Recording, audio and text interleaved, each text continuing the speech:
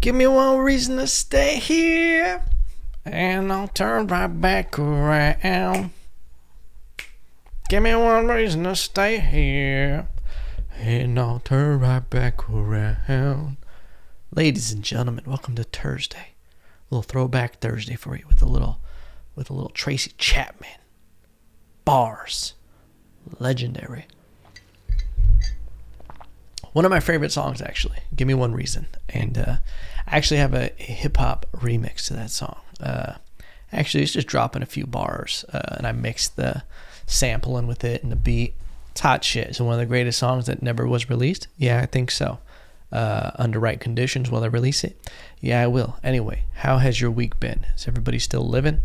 Anybody else except the tinfoil lifestyle? If you are watching the video, I currently have my little monkey, my little thinking monkey, if you will. I did a little thing with a tinfoil hat, and I put the excess on him. So now he wears it, and I was like, that's a great addition to the podcast. It's going to be part of the new setup. I know I keep saying it, that the podcast setup is going to change. This will be the last episode with this current visual setup. Everything's going to change. Things will never be the same again, because I'm one of those people I'm always looking to innovate and always optimize and become more efficient. And currently the way the studio is set up, it's not optimized for what I want to do. I want to switch things up a little bit, change the setup of the podcast, maybe a little table. We're going to figure it out. I'm going to start moving some stuff around. So over the next few weeks, things are going to be changing quite a bit. Going to be getting the internet better in this room with the router and everything, because this shit is just, it's not enough. It's not enough. I be getting like 27 megabyte speed in this room, and it's not good. I can't run a podcast out of it, especially if I'm trying to stream video with someone. But anyway, you're not here to hear about my day-to-day bullshit. You hear about my little tinfoil monkey over here. I gotta name him. He's actually the monkey. Fun fact, where you're like, Evan, where did you get such a thing? I got him from the thrift store years ago when I was decorating the set of a music video, the love song video, which has been flagged by YouTube for violence, because perhaps maybe I pretended to drown someone in the music video, and YouTube algorithm didn't like that. They took away the advertising on it and everything, because, yeah, anyway. But if you look at a certain moment, there's a little Easter egg. So he is technically an Easter egg from a music video. And I just think he looks dope. Is it a possessed little demon? That I don't know. I mean, it's possible. It's possible. But so far we've been living good.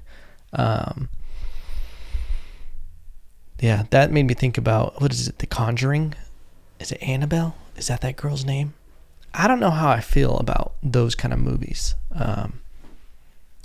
I don't, whenever it's like a doll or something possessed, like, I definitely will fall for movies where it'll fuck with me. Like, I have too wild of an imagination to just enjoy those movies and be able to shut it off. Like, I think the people who don't get any sort of scare from a scary movie, they're not that creative people, okay? You're thick in the skull, okay? Because you're like, that's not reality, blah, blah, blah. It was just a movie. Good night. But I'm over here like, yo, how crazy would it be if the movie that I'm in right now of life, I watched that movie, and since I watched it, that is now in existence.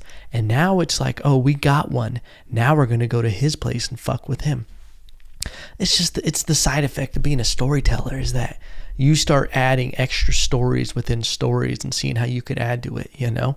And it's a curse, because then I'm like, okay, and then Annabelle is under the bed right now, and then she's going to be like, but I am your daughter, you know, kind of shit. Anyway, that was a callback to another old movie, The Others, if you haven't seen that one. Now, that's a great scary movie. I sound like my dad. Now, that's a scary movie. If you haven't seen The Others with Nicole Kidman, I believe, go see it. That is a scary movie done well, okay? I'm not going to give anything away about it. But if you haven't seen The Others, and I believe it's The Others, let me confirm that for you. Because if you're looking for a scary movie, that's the one to watch. Strictly for the twists. Yeah, The Others, but Nicole Kidman. That's one of my favorite scary movies.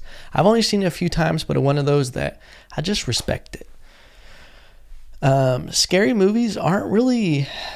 I feel like scary movies are a lot like stand-up comedy. Like, once the story is figured out, the joke isn't really funny anymore. You know, once it's like the surprise. And once you have that, it kind of takes away from it. You can appreciate it, but like stand-up comedy, once you've heard a joke and you hear the misdirection, the punchline, the setup, and you see it coming, it's funny. It's funny to like get the crowd's reaction from it when you're in there watching it. But there's like, it's the same thing with a scary movie. Like, it doesn't get you with the jumps. You know who's right around the corner. You know the plot, so you know why the person's doing it. So you're like, you're only in it like 20% again when you watch it again.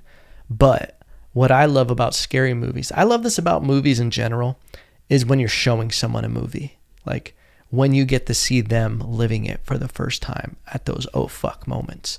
That's what's great about it. I actually tried to show my girl The Sixth Sense years ago, because when I saw it, I was like a little kid, and I was just like, I didn't see any of it coming, and I was like, whoa. And if you haven't seen The Sixth Sense, shame on you. You should have seen it already, okay? There's going to be a spoiler alert right now. 3, 2, 1.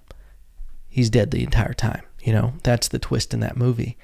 And I go to show it to my girl, and I'm super excited because I'm like, I remember it as a kid. Like, this shit is insane.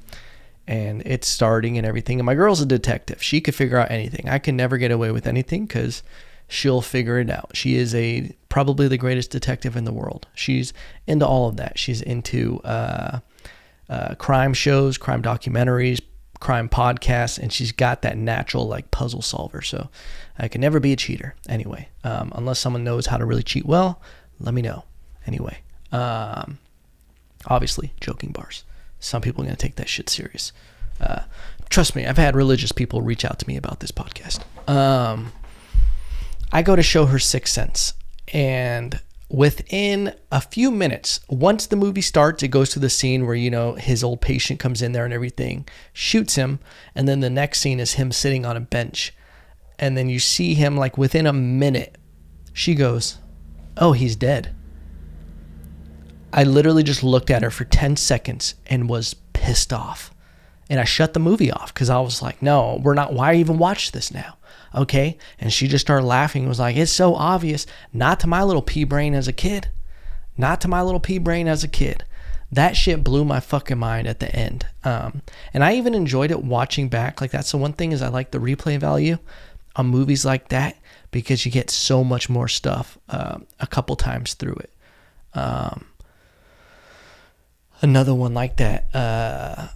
And this is one of those things where I feel like it's just I'm not really in the world of seeing things circulating. So I don't know how well Westworld did this third season. I loved it. I finished the third season. The finale just aired this past Sunday. But that first season, there was so many amazing misdirections and twists and everything like that, where phenomenal. And it's one of those where I went back and watched it a second time, and you would see things and be like, oh shit, they were alluding to these twists the entire time and you just didn't realize it. Same thing with the second season. There were some great twists, and the third season, I thought it just, there was good twists, but it was like a completely different story, and it had like a deeper meaning and kind of a weird reflection of like society. I hate that I just said that, kind of a weird reflection of society, but it was just that the show was going in this apocalyptic scenario where people were waking up and taking life into their own hands, and they were kind of getting out of the system. And it was just weirdly matching up with so many people's conspiracies about the government has been controlling us the whole time. Hence why little Mono over here, he's got the foil. Maybe that'll be his name, Mono. But yeah, if you haven't seen Westworld, season 3, go see it. It's worth it. Speaking of crazy shit, what do I even want to talk about today? I had a couple notes. Elon Musk. Okay, this is a good one when you start talking about weird shit. Elon Musk. I don't know if you guys have seen his son's name, but it is ridiculous. A buddy sent me this morning, and it's like, oh yeah, we forget who people really are. We almost start, it's like the same thing with like actors and everything. They always say don't meet your heroes because you start painting them in a certain way that's nothing how they really are. I feel like Elon Musk is that person, because Elon Musk just did the whitest shit. He went white to the second degree, to the power of 10. He just named his son XAEA12. What? This is the whitest shit you could ever do. And no offense to the whites, you know.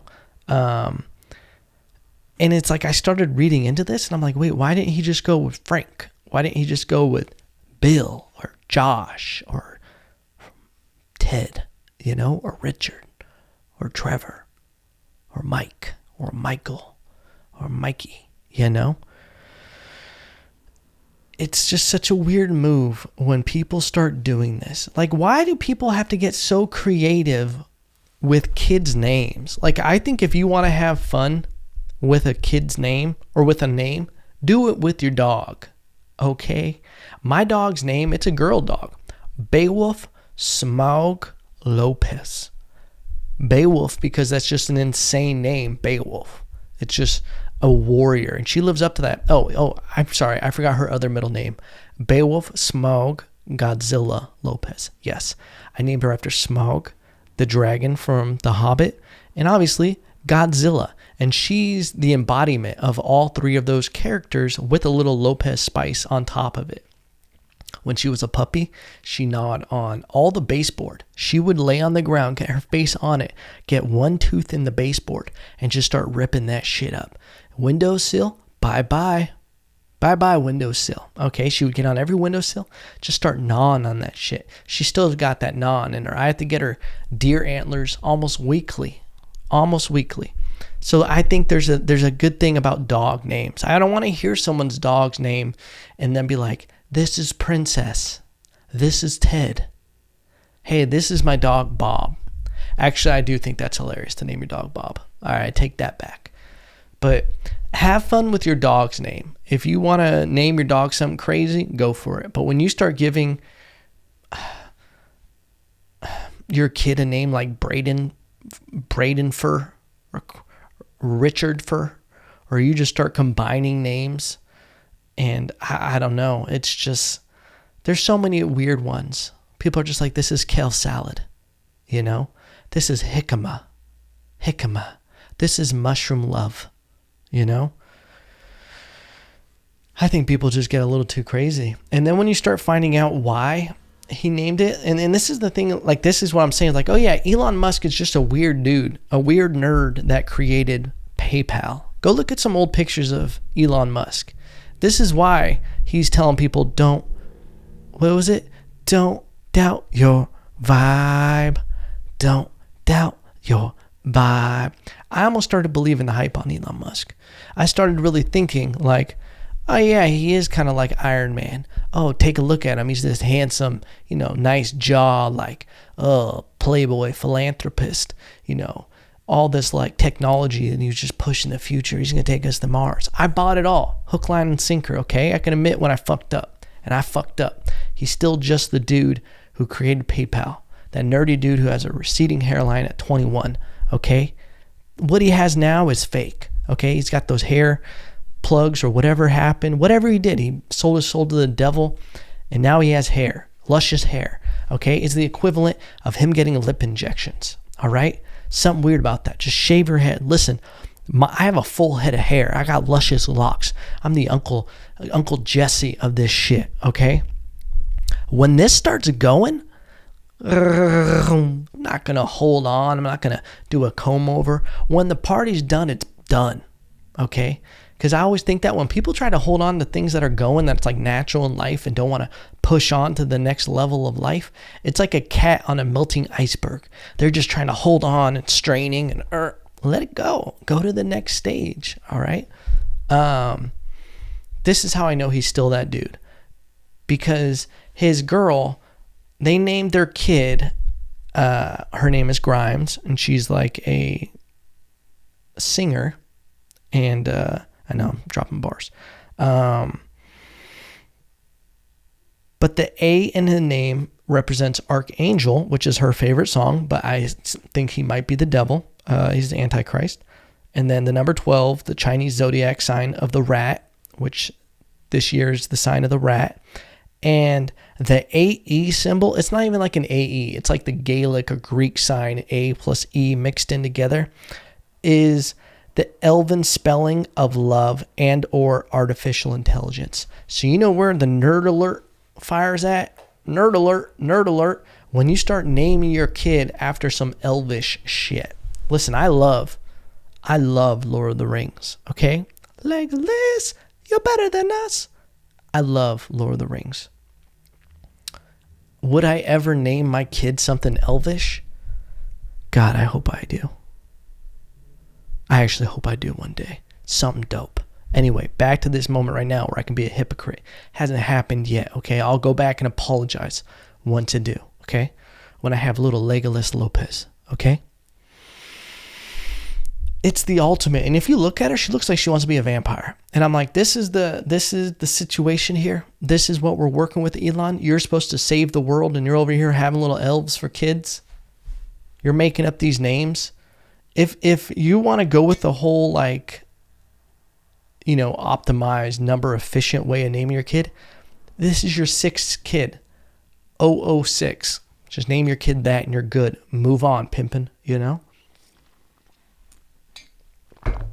I feel like people just put way too much, like, way too much on their name. Especially this name. It is so ridiculous. AE, like, good luck to the teachers having to try to spell that and call them out in class. But you know what's tight? He's going to be able to be like, sup, the name's AEX12. You can just call me Archangel. He is going to, I feel bad for him because he's probably going to drown when he's like 9 years old in pussy. But if you're going to go out, might as well be that way. Imagine introducing yourself to a girl. Hey, what's up? My name's Archangel. That's all you would hear. They wouldn't even say nice to meet you. They'd just be like, you'd be like, yeah, I know. Yeah, that'd be crazy. Archangel. God, I wish my name was Archangel. Instead of fucking Evan. I wish my parents were a little more creative than Evan, you know? It's like they saw some, like the first person, like my mom found out she was pregnant and they were like, what should we name him? And then they just saw some basic white dude golfing. They were like, what's his name? Evan. Yeah, that'll do. He's a vasectomy baby. We didn't really want him here. So he's going to get what he gets, you know? But that's crazy. Elon Musk, you're supposed to be the savior. We were all rooting for you. I was rooting for you. And then I went and saw the PayPal pictures again. And I said, you know what? This isn't even on him. This is on me for buying into a false reality. For me acting like I'm Scooby-Doo, you know? Grow up, Count Chocula. Oh, what else? I hate that I'm saying what else. I've talked about how much I hate when comedians say what else on stage. It's just I don't have good enough segues right now. Just being honest with you. I keep it real.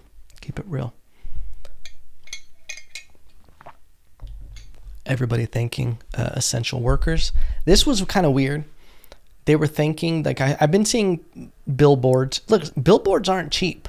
And I get like some people, like it's almost gross. You know what's gross is when you've seen those videos on social media where people are like recording themselves going and giving $100 to someone who's homeless. And they're like, hey guys, welcome back to my channel. Everybody's been asking me for my skincare routine, you know, that kind of shit. And then they're like, yo, and it's like they just go to some corner and they buy some homeless guy lunch, shoes. They'll take the shoes off their own feet. They'll be like, here you go, fam. These are mine, but they'll fit you.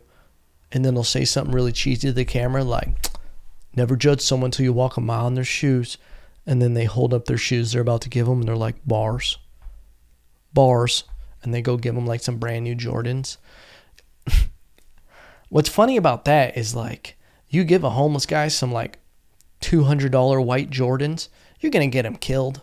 He's going to be sleeping and he's going to get robbed for his shoes, might get in a tussle, might get shanked, but at the very least, he's going to end up with no shoes the next day. Or a possibility, he's going to sell them for crack and then he's going to overdose because he wasn't ready for $200 worth of crack. Okay? And now that blood is on your hands. Okay? Because you wanted to stunt on the gram. You want to try to get some trending on that Facebook video. Try to get that share. It's ridiculous. I can't stand those videos. I don't care if you're doing something good. Listen, what I love when I hear about things things when no one's watching, when they're just, you hear about it in passing. Oh, that person did that. That's awesome. Not when they're posting it themselves. And they're like, hey guys, today we're just going to feed the community. And then they'll just do some really corny shit and record themselves doing it the whole time. Like, we know why you're doing this, okay? Don't try to pretend you're doing it for the right reasons. But like, I saw an ad of like McDonald's posted a billboard and it said, thank you, essential workers. And then it had a little McDonald's logo. And I get that. That's not terrible. But it's also like, why not, instead of buying the advertising for that billboard, which has to be thousands of dollars, why don't you find a way to give the essential workers that? You don't need to like be all sneaky with your advertising. Or I saw that they just had the Blue Angels fly over to thank the essential workers. What? Why waste all that rocket fuel? All that plane fuel. That shit's expensive. And then you got to like hire the pilots and everything. Why not just give them that money? Find a way to give them a vacation. Give them an experience. Instead of just spending all that money just as advertising for you. You know who hasn't been thanked though? Porn stars. They've been doing the Lord's work, right? No one's put any appreciation posts for porn stars. If they have, I haven't seen them. But it's like they're the ones doing the heavy lifting during this time. Saving marriages, ruining marriages. Same thing. Same thing. They've been getting people through a lot of this pandemic, I feel. And they get no glory for it. They get no glory for it. They are the unsung heroes. Everybody wants to thank Target workers. And I thank them. I appreciate them. I'm good to them when I go to Target. Haven't been there for a few weeks, but I appreciate them. And that's another thing is I'm like, people need to treat, like remember not just to walk by that employee when they can help you, or remember to be nice to that employee when this is all over. Were you guys fucking mean to them? Were you guys just rude piece of shits before all of this? Because if you think that you have to tell me to be nice to some of these essential workers, like if someone needs to be told that, then there's a problem there. Like the problem might be you, that you feel like people weren't thanking them before. I don't know. I feel like I've been around people who weren't nice to workers or waiters and shit like that, and it's gross. If you're rude to a waiter or a server or someone working in a store, you're a gross person. I had that happen a few times when I worked at Applebee's. This couple would just come in, this older couple. They were just miserable. They hated life. This lady, I'll never forget her order. She got a cup of iced tea, a cup of water filled to the brim. She wanted no ice. And then she wanted a cup of ice and then another half cup of ice with water in it. And I remember I had to bring her out 4 cups. And I remember she said with one of the cups that I did it wrong. And she was like, and I remember it didn't make any sense what she was saying, but I was just looking at her. And it was so weird. And she goes, how can you be so incompetent? I gave you a small task and you couldn't fulfill it for me. And then I read back what she wanted and I was like, that's what's on the table, ma'am. And she complained that the ice was already melting. I didn't put enough ice in the half cup. I'm like, well, bitch, that's why you have the full cup of ice. You can adjust however you want. But anyway, she goes, I want to speak to your manager. And it was like the first month I think I was working at Applebee's. And the manager, I was like nervous. I was like, great, I'm going to get fired here. And it was my first restaurant job, so I had no idea. My manager goes to talk to them, talks to her. I see him being like, yes, ma'am, blah, blah, blah, blah, blah, blah, which I'm not about that. I feel like restaurants should be able to be like, fuck you, get the fuck out of here. You can't eat here if you talk like that. But he was like, oh, of course, I understand. Yeah, I apologize on behalf of my server and behalf on Applebee's establishment. I'm sorry. And then he came back to me and he was like, hey, don't worry about those people. They come in here and they find a reason to complain about every single waiter every single time they're here. And then I went back and they were normal. She was just like, thank you, blah, blah, blah. And I was like, Jesus, people are weird. I saw today that a lot of places are starting to open up. They're at least trying to go to the next phase of getting the country going again. Which I'm torn on it. You know, I think we're doing great. I don't know about all the evidence of what we have and what is the right thing to do. It's kind of silly when people are saying like, this is what we need to do. This is, I'm like, hey, don't you, like, what do? You don't work in this. Don't you just work at a, I don't know, Big Five? And these people are talking about micro, macro economics and sociology. And I'm like, dude, you for sure just learned this on a YouTube video and you're just spitting out whatever you just heard on Twitter. Okay. You follow one person and now you're just spitting out their facts. So I really don't know what to do. And I feel like nobody does.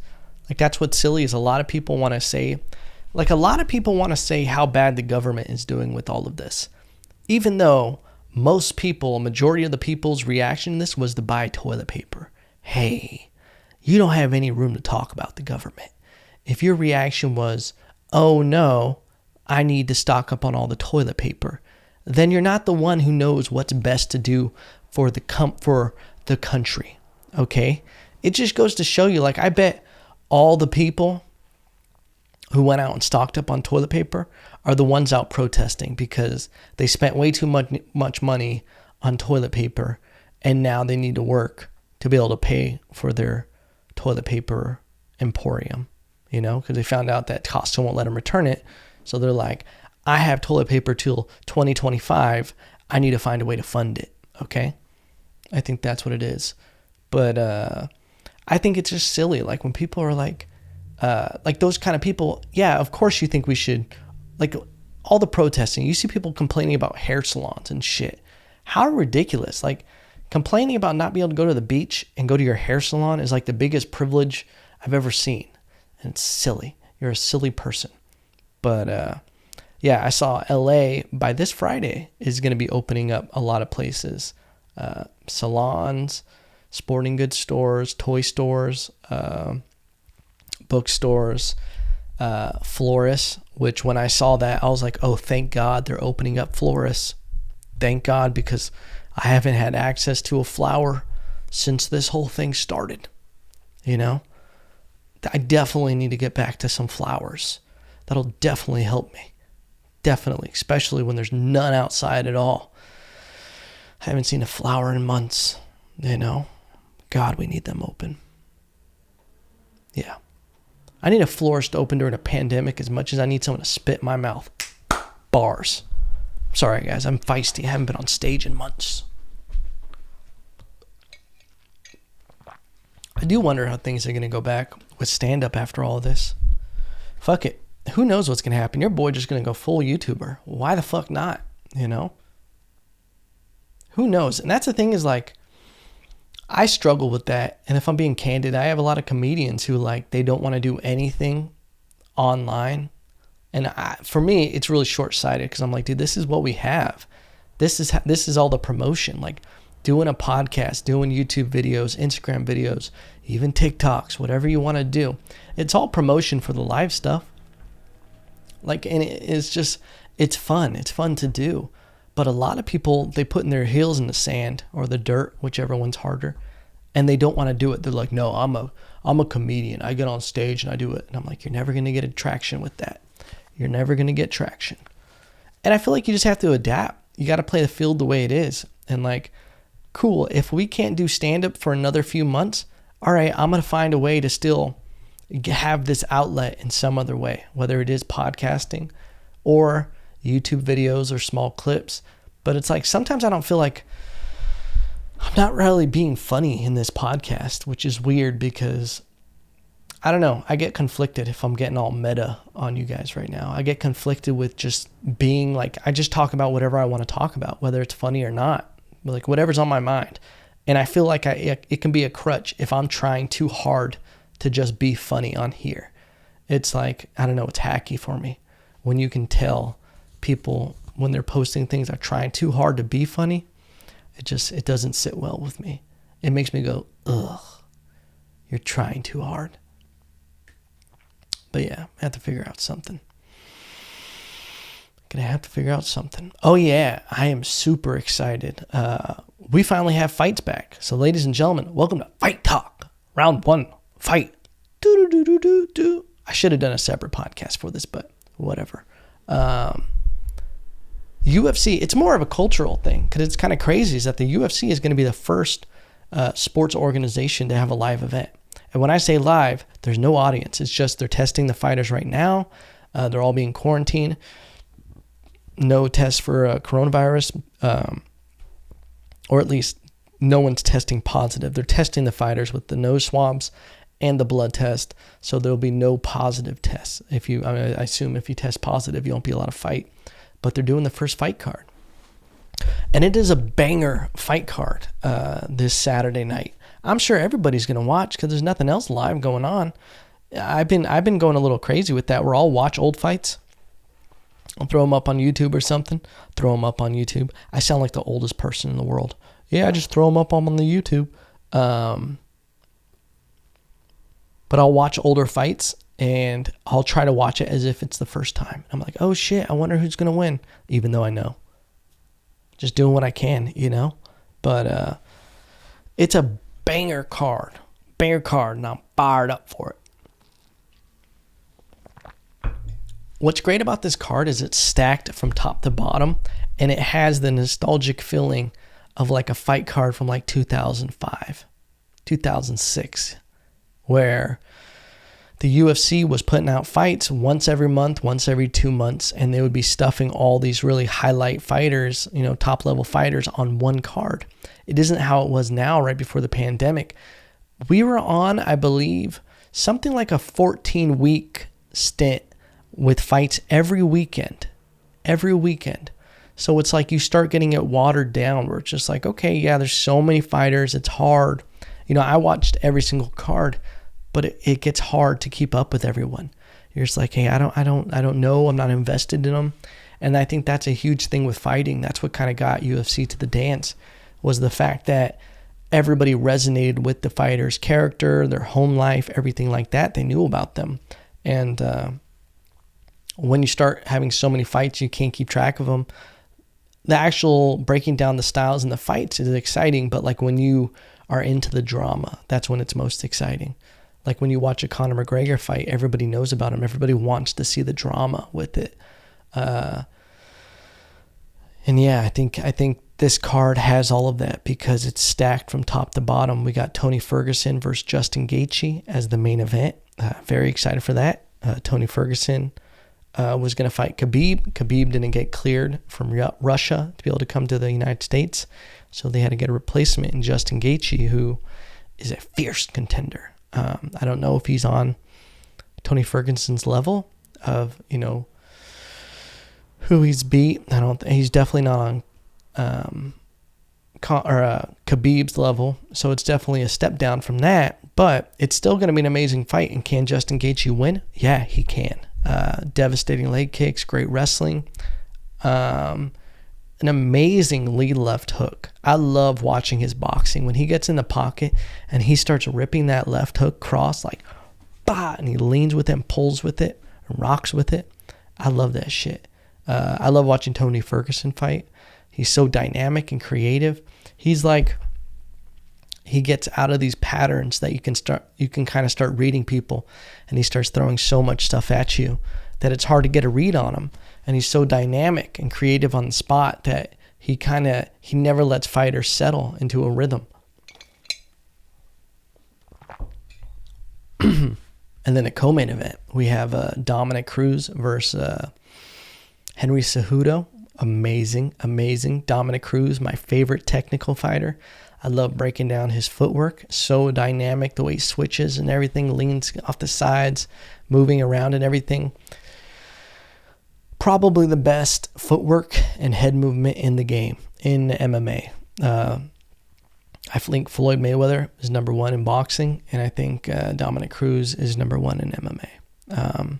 Just so versatile, and he's just so many steps ahead, and that's why he's been able to have such a long career, is because of how good his head movement is and how good he is at not being hit. And even though he's had a lot of injuries, I didn't realize this till today, he hasn't fought in 4 years. Because of injuries.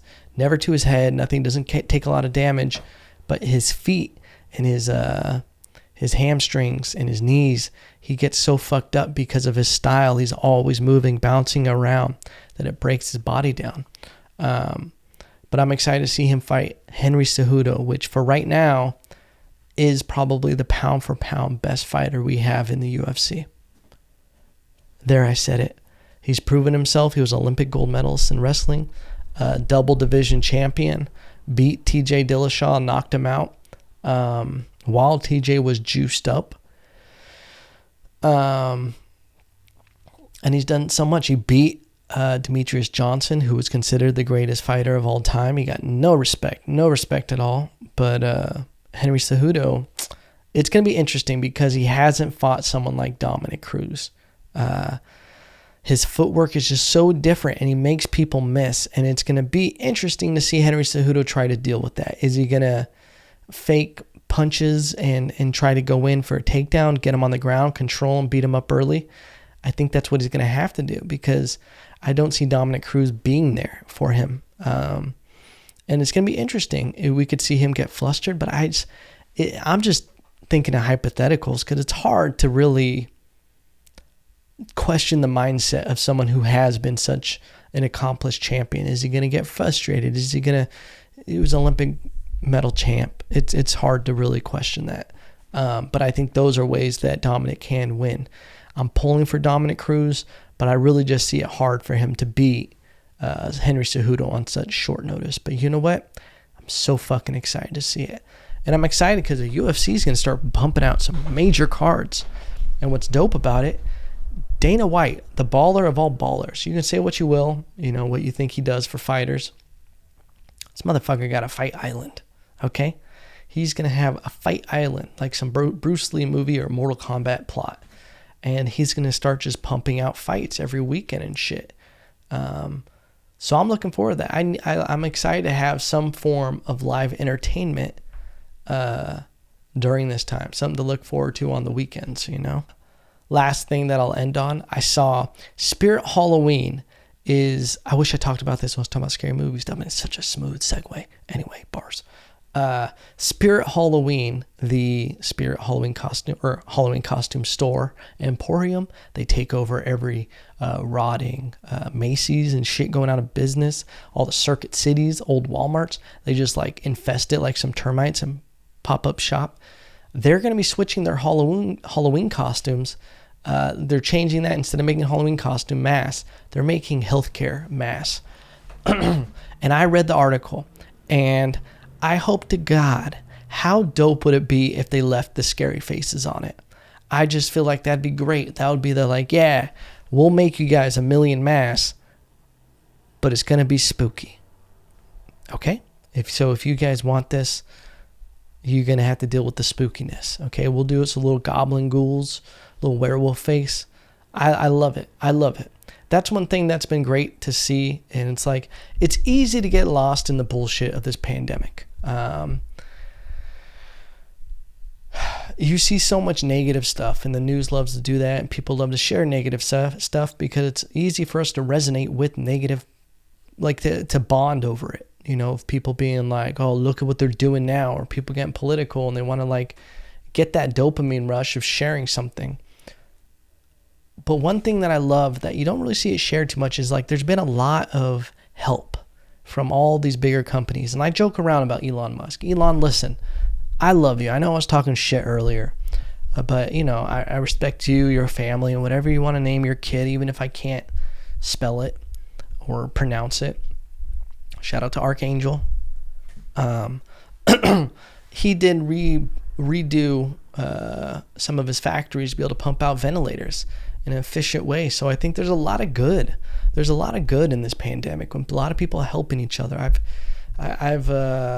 almost insulted because I meet, listen, I'm a connoisseur of old people, where if I'm in the sauna with an old person, I'm picking their brain. We're talking about life. We're talking about it. I'm getting what I can, the wisdom out of them.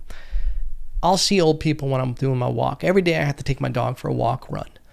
She's an athlete, serious athlete, sponsored by Gatorade and shit. I'll meet old people and I'll start talking to them. We'll stop. We'll talk for 15, 20 minutes. I'll offer my services like, hey, here's my email. If you need me to go pick you up groceries, I'll do it. None of them hit me up. What the fuck? You're too good to have me shop for your groceries? Okay.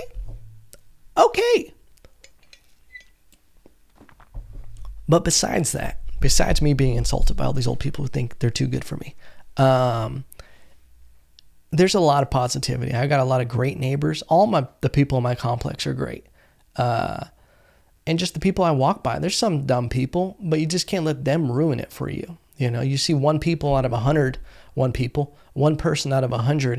and you let that person completely balance out the good 99 people that you just went by, that said hello, that smiled at you, that, asked how your day was, how was quarantine.